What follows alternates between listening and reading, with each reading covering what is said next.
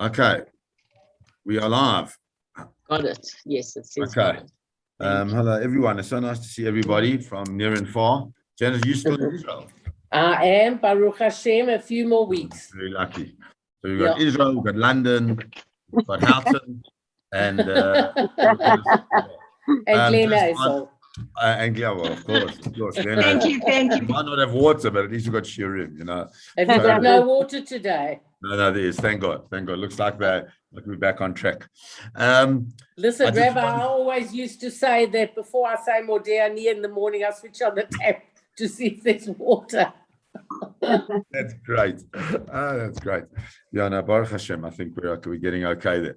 Okay, today Judy has Yotzeit for her sister Shoshana Bat David, and we'll learn Torah in her schus, and Bezrat Hashem, through that her neshama should have an aliyah. Amen. Arichat Yamim, Jude. Thanks. Amen. Amen. Okay. Amen. Okay. So what I want to look at. So there's the Parsha is so packed with so many things, and as I went through things, I thought maybe we should do something else. But I think what would be appropriate to do is just to look at there's a strange thing that happens in the Parsha, and the strange thing is this discussion that seems to be a discussion that Avram Avinu has with Hashem when HaKadosh Baruch Hu tells him he's going to destroy Sodom and Gomorrah. So the way it works, we know the story. Avram Avinu is sitting by the tent. The way Chazal explains it, because he's really chalishing to have some visitors, and these three men appear, but we know that these three men are actually angels, and they come to give news. The first news that they come to give is, of course, that Sarah will have a child, and the Torah describes how Sarah laughs in herself. Hey, I'm ready. It says, Come in. Sorry, I just want to mute everyone if you don't mind. Okay, there we go. So Sarah laughs in herself, and in laughing in herself, and then when Hashem tells Avram that Sarah laughs, she denies that she laughed in herself, and she says internally, and she says that she actually was just she was laughing about that she was old, not that he was old, and it's a whole discussion. That's exactly what happens there. But immediately after that, the Torah doesn't finish that discussion, and that just means it's just left there for a while for us to try and understand and percolate a little bit. But the Torah then moves on to the fact that Avram takes two of these angels now, two of these people. So machlokas amongst the Rishonim whether Avram actually recognized them as malachim at this point in time. Some say yes, some say no. He takes them, he escorts them, and they go on their way. And when they're after he says goodbye to them, HaKadosh Baruch Hu says, I can't not tell Abraham what's going to happen. It would be completely inappropriate for me to let this person who I've just called is Avhamon Goim, the father of all these nations, that he would not know that I'm about to destroy one of those nations or two of those nations. And because of that, he tells Abraham, and the Torah never says how HaKadosh Baruch Hu tells Abraham, but the Torah does record that somehow Abraham got to know it, wherever he got to know it, and it's at that point in time that the Torah says the following. This is where we're going to go from.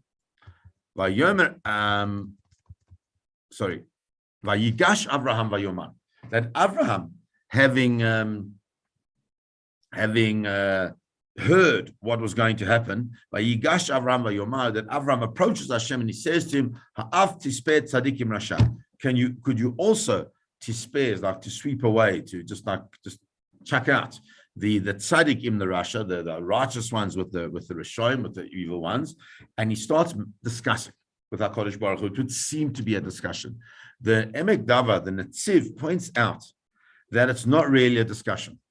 It's not a discussion. We understand it to be a discussion, because in the pasuk just before that, after the people had left, the Netziv points out that the Torah says, "Avram odenu omeid lifnei Adonai," that Avram was still standing before Hashem, and many just kind of like explain that Avram is like in the presence of HaKadosh Baruch Hu, but the Netziv explains that that's not what it means. What it means is this is now, it's Lifnot Erev, it's just before evening, which means it's time for Mincha, it's time for davening.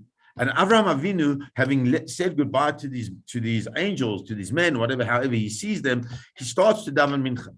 And whilst he's davening, he's connected profoundly to HaKadosh Baruch Hu. HaKadosh Baruch Hu gives him this message of some sort that he's going to be destroying Sodom. And it's at that point in time, whilst in the middle of davening, that Avraham Avinu approaches HaKadosh Baruch Hu and he says, it's not okay. It's not okay for you to be destroying the tzaddikim and the Rishon together. And then the Netziv points out that that's how our davening has to be. Is that when we daven, we shouldn't just daven like out of context. We should daven within an appropriate structure, like the Shemona Esrei. But once we're in that appropriate structure, then we're free to daven. Then we have to. Then the Chazal gave us a structure in order to assist us in our tefillah. But it doesn't mean that's all we have to say, but rather what we should be doing in that process of our tefillah is that we should be approaching Hashem with the things that are bothering us. And what is bothering Avraham Avinu at this point in time is this terrible thing that he's told Avraham Avinu is going to destroy Sodom. Let's just understand what Sodom is. We understand that Sodom, the people of Sodom are wicked. The place is a place. A place doesn't become wicked. The place didn't do anything. The people did something. But the place is described in last week's Parsha when Lot separates from Avraham Avinu. The place is described as beautiful, fertile land. Can you imagine? Why would Avraham be okay with it being destroyed, knowing that there's the evil of Sodom, but the place itself is beautiful? It's not. It's kind of a waste in a way. So Avraham Avinu, he's looking at this land which is going to be his, that's going to be destroyed, and going to be totally decimated. And he comes and he says to HaKadosh Baruch Hu, I don't care about the land.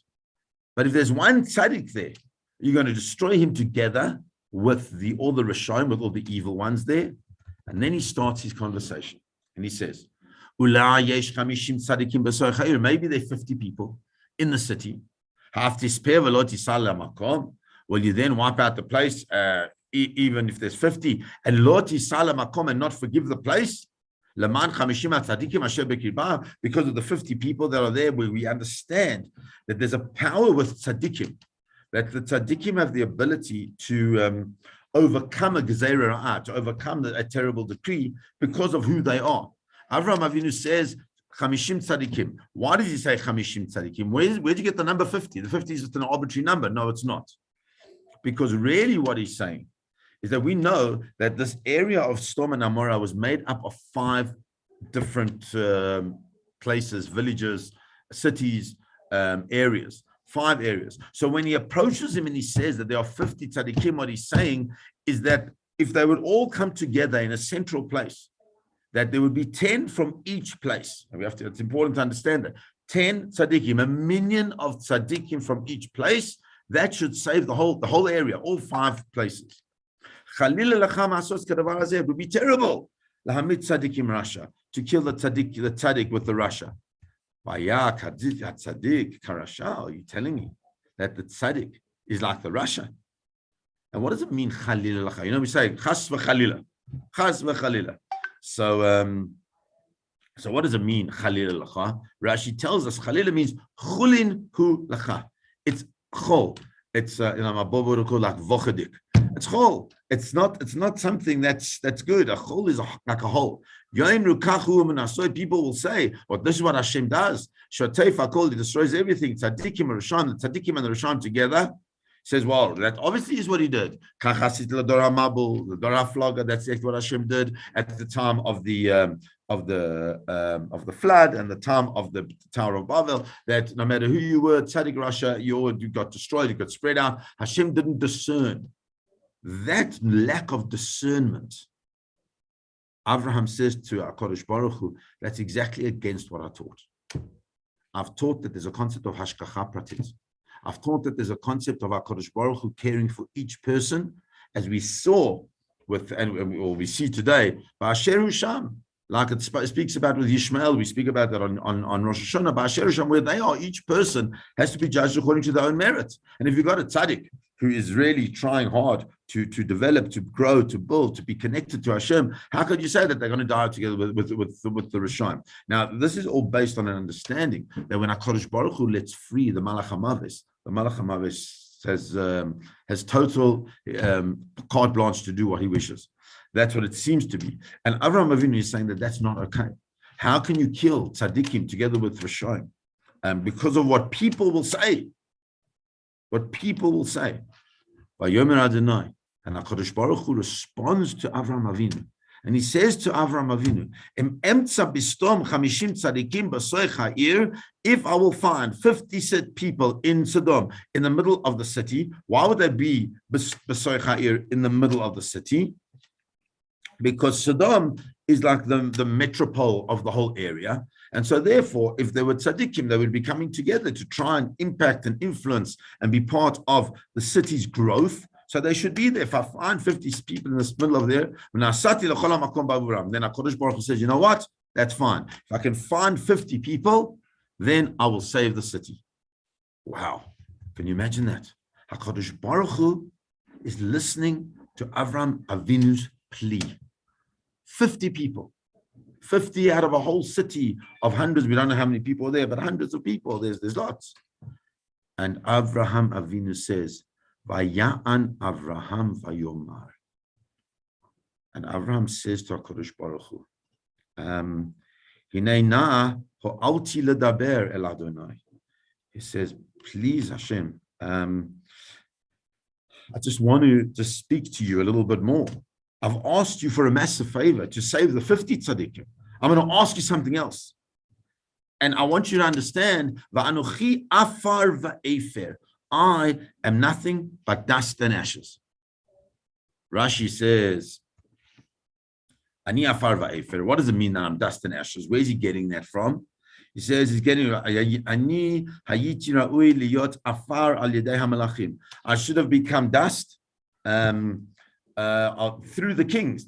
Remember, if you're when Avraham Avinu goes to save Lot, he fights a small little army against these massive kings, and he destroys them all. But he says it's appropriate. I should have been the other way around. I should have been the dust. I should have been the dust of the earth. I should have been killed because they were so much more powerful than me. But you helped me there.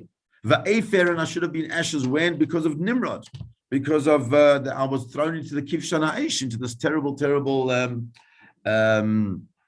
fiery furnace. But because of your incredible rachamim, your incredible mercy that you stood for me, so therefore I got through that. So too, I'm asking you to show rachamim on these. That's the way Rashi interprets it. The Netziv points out something completely different.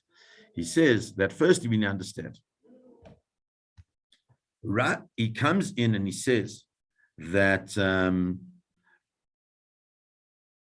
understand that it's not appropriate for Avraham to carry on the negotiation. He asked HaKadosh Baruch Hu something.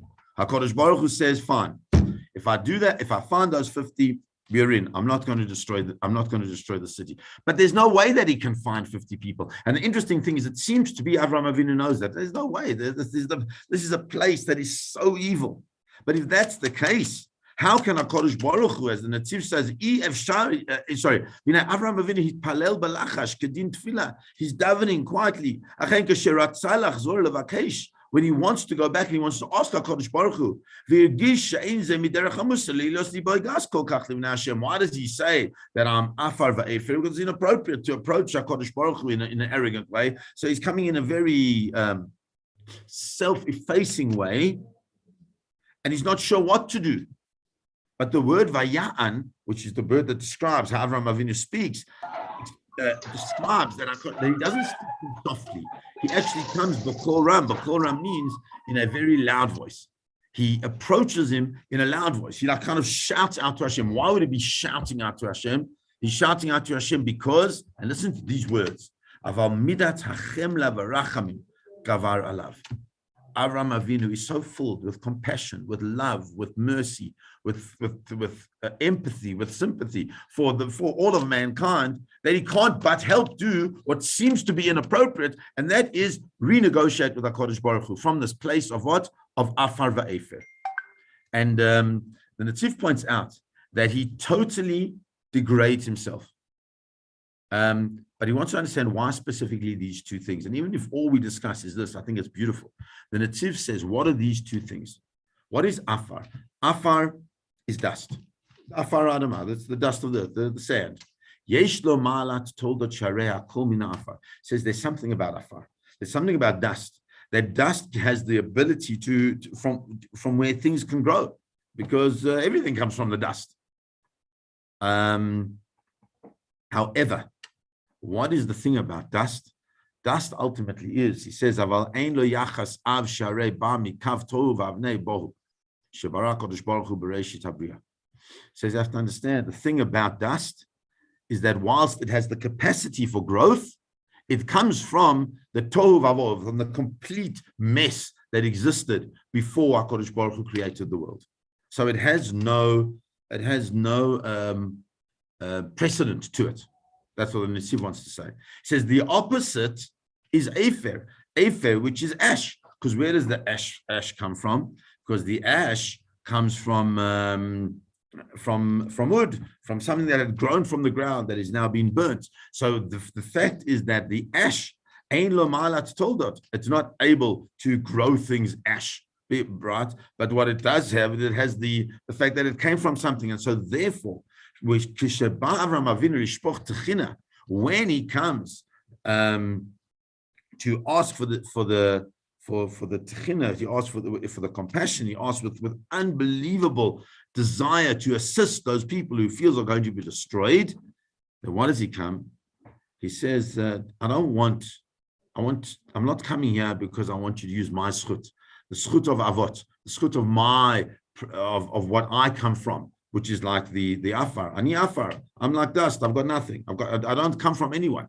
Remember, Terach was an idol worshipper. And not only that, I'm also Afer, meaning that whilst I may have some good merits, who knows what's going to happen in the future? Maybe I'll be burnt up. Maybe I'll be nothing. Maybe it'll be nothing. And so therefore, all I'm asking you, Ribbon Shel Olam, all I'm asking you is just to save these people. Because I want them to be saved. And comes along the Netziv and he quotes the Gemara, and the Gemara says that because Avram Avinu compared himself to Afar va'efer, because he compares himself to dust and to ashes, which is nothingness ultimately, therefore we're given two specific mitzvahs: the Afar para, the Afar para, the dust of the ashes of the para aduma, and the Afar sota, and also the dust of the sota that she has to drink. And what is that? What are those two things? Those two things are all about the kedusha of the nefesh Yisrael, the kedusha of the para aduma, because it enables us to move out of the tuma hamet, and the kedusha of the family, because that's what the dust of the sota reveals. And those are the things that Avraham Avinu instilled within us so deeply, the concept of kedusha, not only on a national level, but also on a much more familial level. And because of that, Avraham Avinu is able to feel that kedusha, and that kedusha really is based on the potential that he sees in every Jew. And so too, he sees potential even in a place which is absolutely fraught with evil. And therefore he says, Ulai yachsurun chamishim tzadikim chamisha. Maybe HaKadosh Baruch Hu, maybe there'll be 5 less than the 50. 5 less than the 50. In other words, 10%. Hatashchit b'chamisha et kol ha'ir. Well, you're going to kill the whole area. Why? Because of 5 people, right? And HaKadosh Baruch Hu responds is lo ashchit. If I find 45, and I saw in one of them a Parsha, he says, understand. What does it mean 45? 45 means 9 from each city. And there's fascinating halacha. There's a fascinating halacha, which is what happens if, we don't pass like this, but what happens if you only have 9 people and you don't have a minyan? So according to the Shulchan Aruch says that if you've got 9 people, you don't have a minyan. Under certain circumstances, you can bring a cotton, you can bring a young person together with a chumash, and they can kind of make up the minyan. But there is also an opinion that says if it looks like they're 10 because the 9 are all over, they're not all sitting together, so easy to count. But it looks like they're 9, they're spread out all over. Look, could be 10. So then maybe you can also daven as if there is a minyan, and that's what Avraham Avinu is saying to HaKadosh Baruch Hu. What's 5? What's 9? What's 10? Why do we have to be stuck on that? And then he says, "Vayosef od ledaber elav." And then Avraham says, "Hold on a second. What happens if we can't find the 9? What happens if there are only less than that?" Maybe there'll be 40. Where's the 40? So 40 says, Rashi says,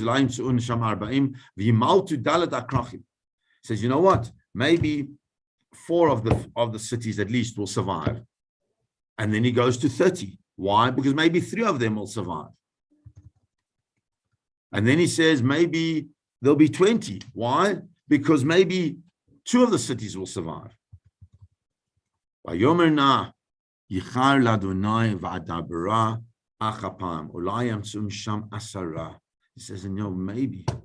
maybe there'll be 10 people.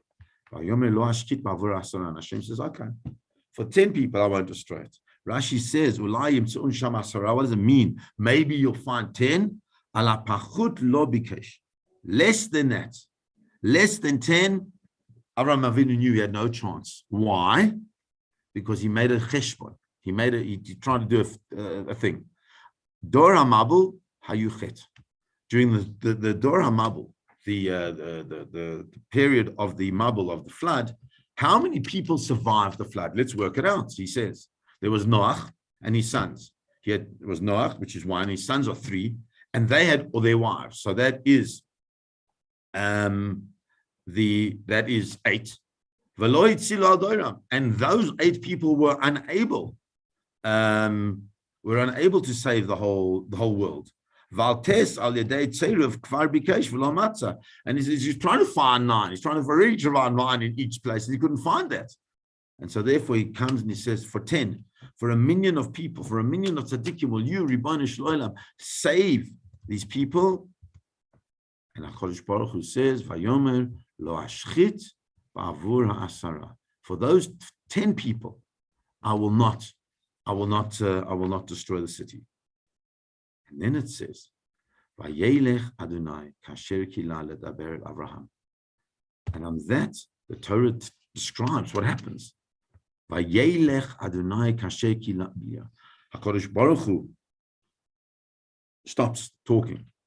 He stops speaking. And then what does he do? Vayelech. He goes. He walks away. What does it mean? What do you mean Hashem work? Where's Hashem going to? It says, Vayelech Hashem, Rashi says, Kevin Shinishtatek Hasaneger Halach Le Hadayan. It says, okay, now that the defender has now put forward his case, the Dayan has now got to go and make his judgment. He's got to go and look and see what's going on. So HaKadosh Baruch Hu, so to speak, is now gone, going to do his thing. Va'avraham shav limkomo. And Avraham goes back to his place. What is his place? Where is Avraham going? So the Netziv says the following. He says, beautiful. He says, why does HaKadosh Baruch Hu leave? Hashem says to him, for the 10, that's it, done. HaKadosh Baruch Hu goes, he leaves immediately. HaKadosh Baruch Hu's greatest nachas is to be communing with Avraham Avinu. But he doesn't want to keep there because he's worried that Avraham Avinu will continue to ask and to ask and to push and to push. So HaKadosh Baruch Hu leaves. Where do we find a similar model to that? We find a similar model where Moshe Rabbeinu says, Ve'es Hanan, where Moshe Rabbeinu davens that he can go back into Eretz Yisrael, and eventually HaKadosh Baruch Hu says to him, keep quiet. Because there's something that we don't always realize, and it's not easy to understand. But there is this deep, deep sense of din with Hashem, in actual fact, it would seem to be that most hold that the default space where HaKadosh Baruch Hu lives this world is a space of din, of judgment. That's how he created the world. Bereshit bara Elohim et hashamayim ve'et haaretz. However, there's something that is greater, that is misgaber over the din, that continues to be bigger than the din, and that is HaKadosh Baruch Hu's racham. And if we push it, and we push it, and we push it to a point we are able to push that din out and fold over into the rachamim. And now HaKadosh Baruch Hu knew that if he had stayed there with Avraham Avinu, he would have been pushed, and he wouldn't have been able to destroy Sodom because Avraham Avinu would have begged him in such a profound way. For Avraham shav limkomo, where does Avraham go? Says the Netziv, Avraham Shamli, he goes back to his place. What is his place? What is the place of Avraham Avinu? It's a crazy one. Where he went? Just went back to where he was, to Beit Lecha. That's crazy. So says the Netziv, it doesn't mean that he went to a physical place. Avraham Avinu, whilst he's engaging with HaKadosh Baruch Hu, he's not engaging like a normal human being. He's engaging in a way from a position of like as a malach, as an angel. But as HaKadosh Baruch Hu removes himself from that area, Avraham shav limkomo le'enushuto. He goes back to his humanity. He can no longer have that communion with Hashem and daven to HaKadosh Baruch Hu in the same way, in that same depth, in that same connection, in that way that he could have even, so to speak, convinced Hashem to activate Rachamim rather than Din. And comes along the Netziv and tells us a secret. Afal gav she'efshal ispalel, gam beloi gilui shchina. He says that even though, don't think, because I don't know about you guys, but I don't always feel that deep sense of communion with HaKadosh Baruch Hu. We still got to daven. He says, even though it was efshal ispalel, you could still daven even without the revealing of the Shekhinah that Avraham Avinu always felt. Nonetheless, Avraham Avinu said, I don't have that same connection. It's been taken from me, and therefore I can't daven in the same way. And I know that as hard, as far as, and as well, and as with as much kavanah as I'm able to daven, that I'm not able to extract the same type of thing that I would have ultimately, I would usually have got from the Ribono Shel Olam. And so Avram Shavlim Komo, for this point in time, he goes back to his place. And it's difficult to understand. And I haven't seen much discussion on it. But what does Avram Avinu think at this point in time? Avraham Shav Lim Komo, he's gone back home. He's tried so hard to save an entire world of Sodom and Amorah. He's tried to really to be the one that is going to extract the ultimate rachamim from HaKadosh Baruch Hu. But we know the story that follows on, and that's what the story now tells us, that he didn't succeed. And so one has to, I suppose, think about what was Avram Avinu's space at this point in time. The Rabbeinu Bachaya says the following: Avraham Shavlim Komo, that he went back to his place. So we all look at one. He says there's a simple pshat here, because what is Avram Avinu going to do, knowing that there are certain people that are going to die now? There's a whole city, a whole area that's going to be destroyed. What does Avram Avinu do with that? And he says, he goes back to Elonei Mamre. He goes back to the place where he was, the terebinths of Mamre, the trees of Mamre, the area where he had with his friends. What does it mean? You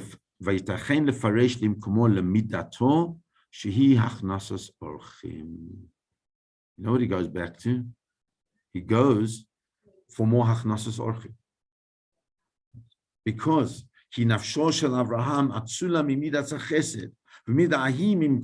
What does it mean that he went to his place? He went back to his own default. His default is midat chesed. He has to do chesed in order to bring chesed into the world. There's going to be so much negativity in the world that's going to come from the destruction of these cities. And so therefore, Avram Avinu, that he needs to go, or he has to go back into his space of where he feels is most able to give so much. Whilst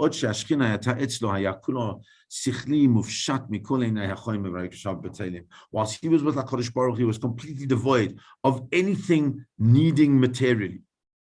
But now that he's no longer there, the only way, he goes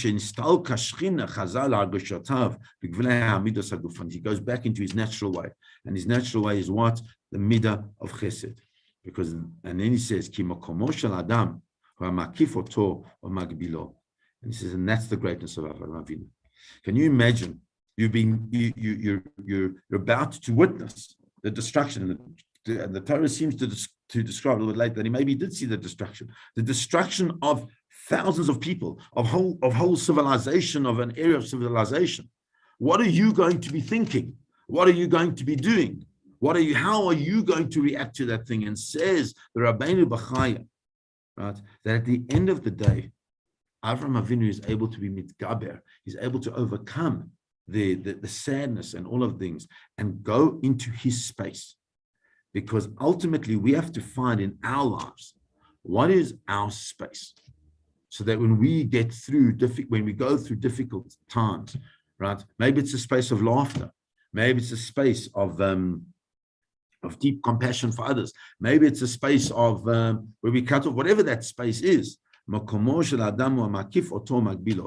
the space that we are is the thing that surrounds us, and it secures us, and it gives us a certain level of understanding. And so that is really what happens here, is that Avram Avinu tries so hard to save everyone.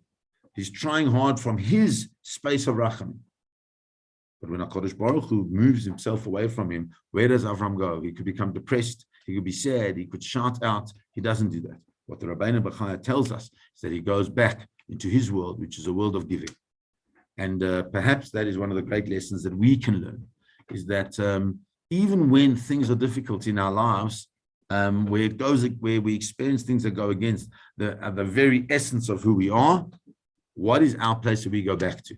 Avram Avinu taught us to go back to the midah of achnasat orchim, of making sure that we can help other people. It doesn't help when things are bad for us that we extract ourselves from society. Rather, when things are bad for us, perhaps they're also bad for others, says Avram Avinu. Imagine those people, those travelers that were going to come to do business in the area that was Sodom and Amorah. What happens to them? What are they going to do? So Avram Avinu will be there for them to give them what they may need. And on that, let's stop. And Be'ezrat Hashem, whilst it's a difficult lesson to learn, it's an important lesson for us to learn, to understand, find our essence even in the most difficult times. Have a beautiful day, everybody. Thanks for joining. And